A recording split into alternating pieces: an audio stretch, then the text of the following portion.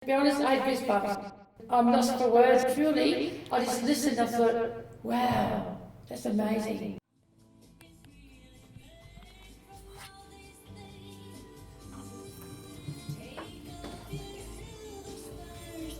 And may I say, I haven't had anyone pop into the office for a long time, so it's lovely. Uh-huh. Most of my interviews are done by phone, because all my artists are scattered all over Australia. But it's so nice when someone can pop in and have a bit of a chat. Yeah. Lovely. So someone else pre-programs everything for you, do they? No, we've got to do it ourselves. Just do it on the go? We've got to lock everything in. All the sponsors, all the news, everything on time.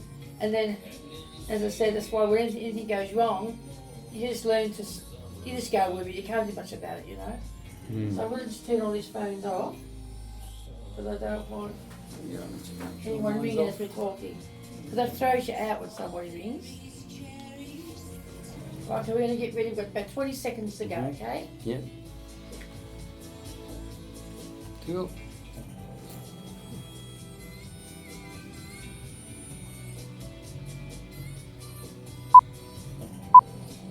Six seconds.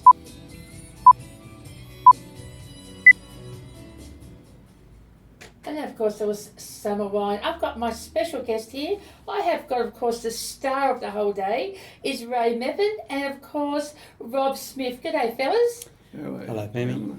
Well, welcome. First of all, welcome to Star FM. It's great to have you both in the studio. Thank you. Thank you. You're welcome. Now, what I'd like, if you don't mind, first of all, probably you, Rob, just tell us a little bit about, we're going to play the song from the Falconeers a little bit later called Big Water.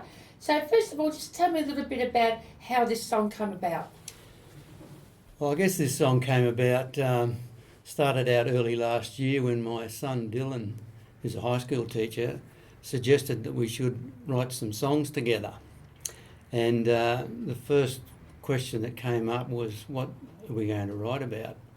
So we thought about it for a while, and one day I was sitting around a campfire with Dylan and I said, we should write a song about Ray. And Dylan's immediate reaction was, hell yeah. So that's how it came about. And but that's the first song I've ever had anything to do with writing. And I feel fairly confident with words, so I wrote the lyrics and I came up with a basic melody, and then I just handed it over to Dylan, and he was living in Gilgandra at the time.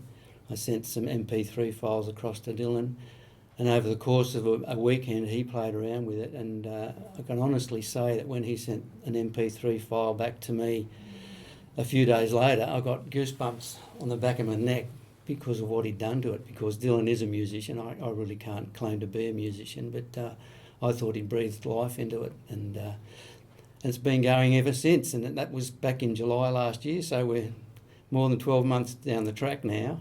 Yes. And as most people have to do these days, we needed to have a video to go with it, so I spent a lot of time on the video.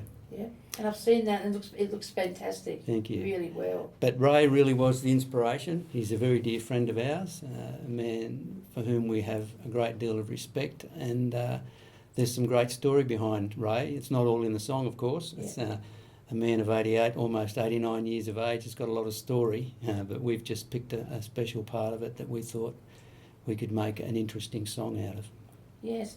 Now, Ray, I think what everyone would love to know, especially the history of our area, back in the 50s with the big flood, can you just tell everyone about what your role was during those times? Well, in 1955, when I rode down on the mountain, I was swept away a bit where the damage had been caused by this flood. And while I was there, I could hear a plane coming up just over the treetop, and it was a bomber. And I was that surprised, like such a large plane to be surveying the flood damage.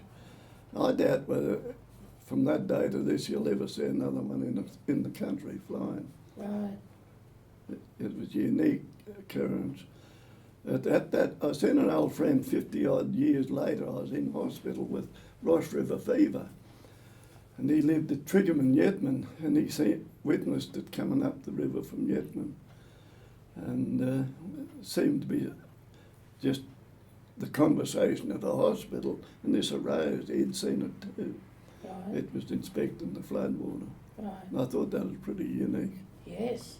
Yes. But we've always had the welfare of Inverell residents, and when Rob decided to do it, I felt it was documenting a bit of history. Yes. I was a bit amused by it all, and I went with the flow there. Yeah. And Pardon the pun. and can I ask you, with the water coming down from Paradise, so Paradise. yeah. So what you did was that you rang through to Inverell to let them know what was happening with We the water. we witnessed 4 floods, Pamela, Right. and we have about 4.5 hours from peak to Inverell Right. peak. Right. That's the round about the usual performance of the floods.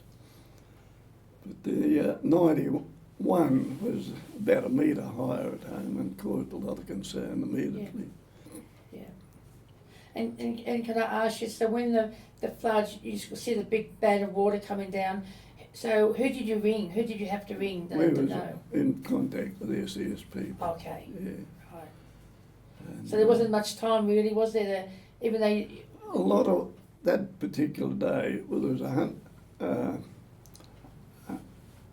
100 odd millimetres fell in a short span of time on a wet catchment, yeah, and that's where the problem arose so quick. yeah, yes. As I said, I only remember the 91 one because we were living at Gilgai, and to be honest, there's a little bridge there, and that was quite flooded there. And I'm thinking, wow, there's a lot of water. I didn't even know Inverell was in flood. We didn't know until I think we were going to drive in, and the roads were closed, and all the pictures in the Inverell Times at the time, how it just come up so quickly. I don't think anyone was prepared for it. It just happened so quickly. I'm now anxious that everybody, it's been 28 years, Pamela, and these things are forgotten. But Inverell's on a floodplain, and it can easily happen again. Very much. I'm always wondering, because I know it happened in January in 91. Can you remember what month it was, the big floods in the 50s? What month it was? They all in the 50s, in January.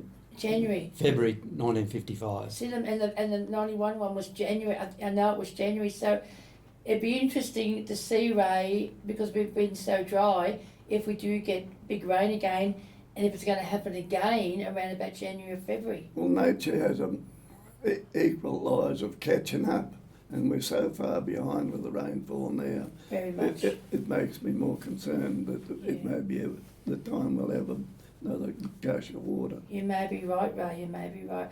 Well, how about we play from the Falconeers, Big Water? I think everyone's dying to hear it, so I'm going to play it right now, Ray. Thank you. Okay. Wonderful. Okay, here we go. The Falconeers with Big Water.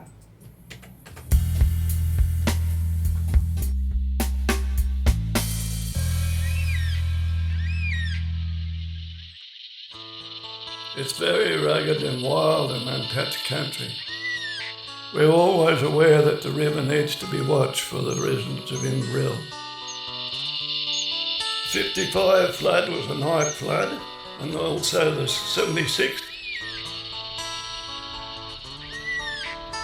About 1 o'clock I heard a roar of the river, and when I opened the window my nostrils filled with the stench of floodwater.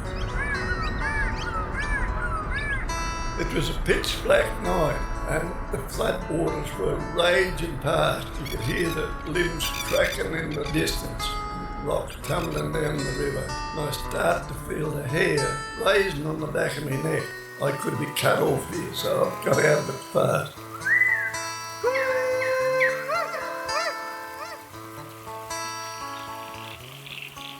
Platypus pools, green fish and cliffs. Beneath the brothers and the falcon's nest. Lifeblood dances through the gorge to a town 20 miles west.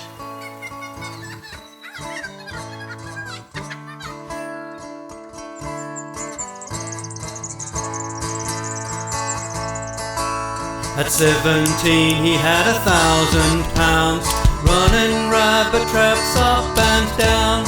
Wrote a cheque in 48 for his patch of wild river ground.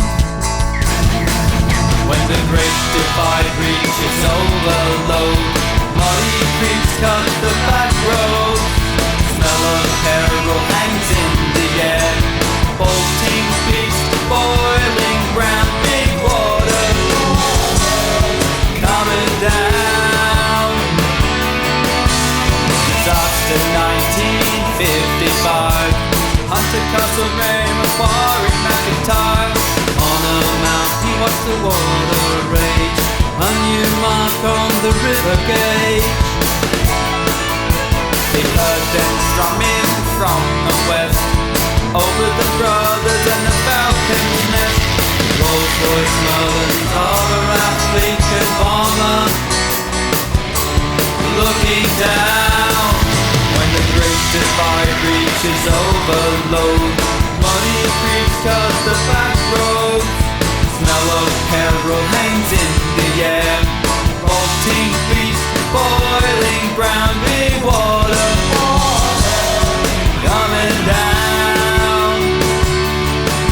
Big water through the town.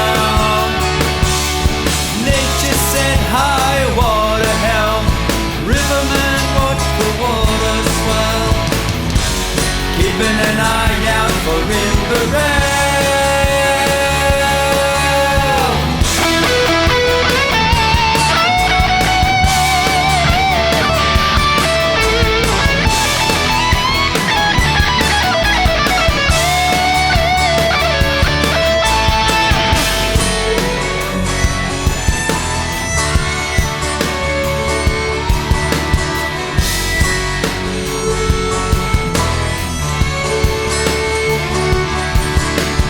76, a cyclone's toll, lightning stabs, thunder rolls, pouring over paradise.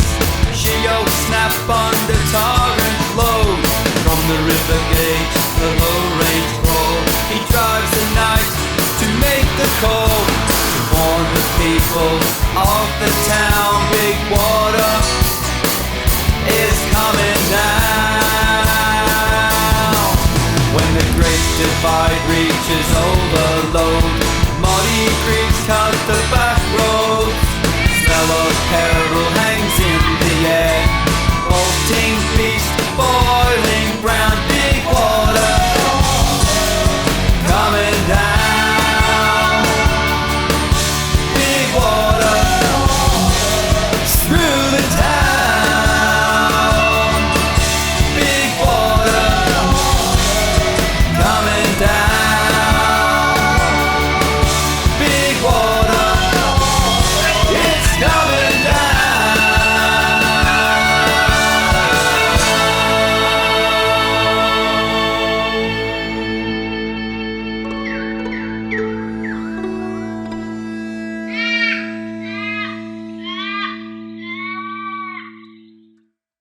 That 55 one, all the sky in the west all lifted that evening, looked to be gone. And he had the low move back again over us that night. We had a torrential downpour. And we realised the way the rain was tumbling down that night, well, there could be a problem coming on. As the flood kept on going, a big grader from the Inverell Shire came up Byron Street, and the wash from the grader broke all the front windows, which made a hell of a mess. And we didn't know what to do. Anyway, Uncle Harry, the boss,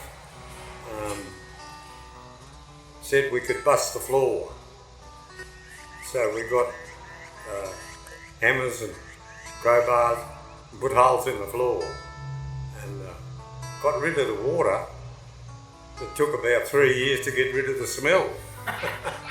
That was my story about the flood.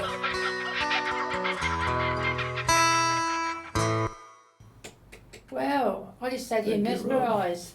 That's fantastic. Big day for you. Very, very great. I mean, what a great memory and the history of Inverell and what you've done, Ray. What you did for this town. Thanks to Rob. It beautifully done. I'm really proud to hear. Well, I can't hear enough of it. I play it over and over. Yeah, it's good. No, to be honest, I had goosebumps. As you can see, I just felt, wow, I think we don't realise that, they acknowledge sometimes our great heroes, you probably don't want me to call you that, but for us to do that role and to do those things, I think it's amazing, and I'd like to say thank you too for what you've done. Thank you, Pamela, and thanks to the FM for taking an interest in it. Oh, lovely. I'm sure everyone so many stories of our grandparents or our parents can tell us, but to put this onto a CD and the track about what happened and the music, how wonderful is this?